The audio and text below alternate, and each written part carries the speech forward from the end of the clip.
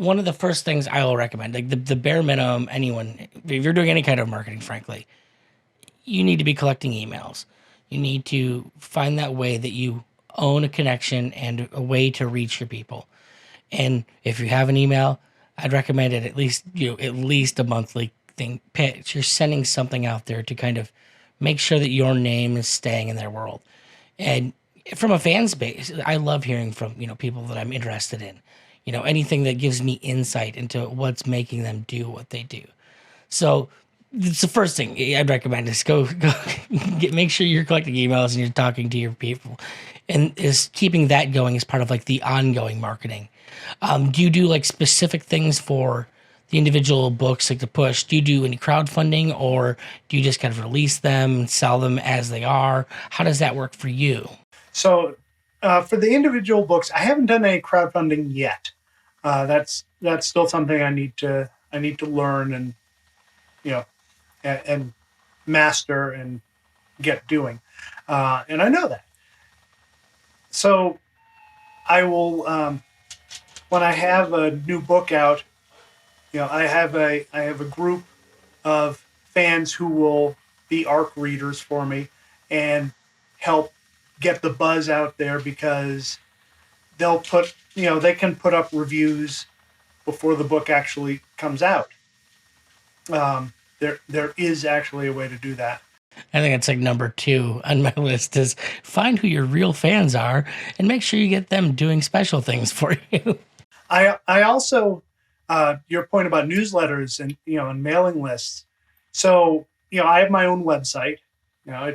Surprise, surprise, it's CassidyChronicles.com, and I put up every Monday. I'll put up 1 or 2 or sometimes 3 interviews that I do with other authors.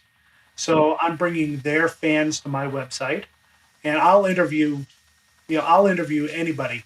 I'll interview any genre.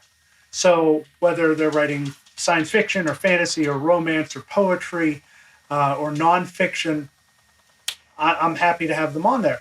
So that happens every Monday. A couple times a month, I will do what I call Support Sunday, which I'll highlight a book that I want my readers to know about. That goes up on a blog. And then there'll be other things which are supporting other authors. Again, it's a community, so Relationship marketing. relationship marketing, yes. And my newsletter is actually written by one of my main characters, so it's always done in her voice. She's the one sending it out, and it goes out every 4 weeks. So between all that, the website that I use, the service that I use, when I put up a blog post, it sends out a little email that says, hey, there's a new blog post up.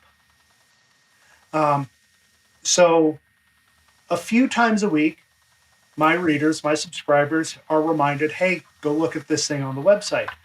So that has 2 benefits to me. First, it gets them back to the website to read something new that I just put up. And the people who have signed up, through a reader magnet, for example, here, have a free book, just give me your email and subscribe. The people who aren't interested unsubscribe, which means even though I have, by comparison, a relatively small mailing list, I have about 500 people on it, I get about a 70 to 80% open rate. So the people who are on my list care about getting the newsletter and they want to be part of it. Those are the people I want to hold on to. Well, and that's what I say in the marketing plan for books that I do. One of the features is what I call list maintenance, and it's exactly that. It's making sure, since anyone who's never done email marketing, names cost you, and so you want to make sure that there's no dead weight on that list. So it's people who say there's a perfect amount. You don't want to email people too much because they'll get off your list. No, get them off that list. If there's a point at which they say, oh, this is just too much, they're not one of your ride or dies. They may or may not buy books in the future. If they're like your books, they'll probably still keep buying them. The people that are on that list, you want to make sure you're giving them the content they want to keep them engaged, and because keeping them engaged is the lifeblood of the next book.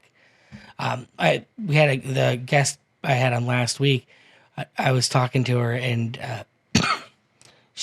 when I talked to her, she didn't have an author page, like a .com, and I'm like, you're doing all these interviews. Like, her marketing game was real good. She's very aggressive at going out and finding interviews.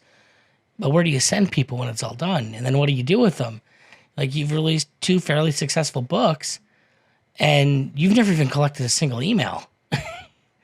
I just imagine what you could be doing if you didn't have to start from ground zero marketing every new book. You've got a list you can reach. It gives you something to build on. You don't always have to go to other people to reach their audiences. You start cultivating what's your audience. And, getting people to just take those small steps, little things like that. An email list isn't a big thing, but it can be huge once you start walking down that path. Absolutely. And it also gives you an opportunity to interact with your readers, because they are going to subscribe. They are going to ask you questions. They are going to email you and say, hey, what about, XYZ? And you can have an exchange with them. And that's why being active on social media is important as well, because it gives you that chance to connect, with this author, with this, can't speak right now, with this reader or that reader or the other reader.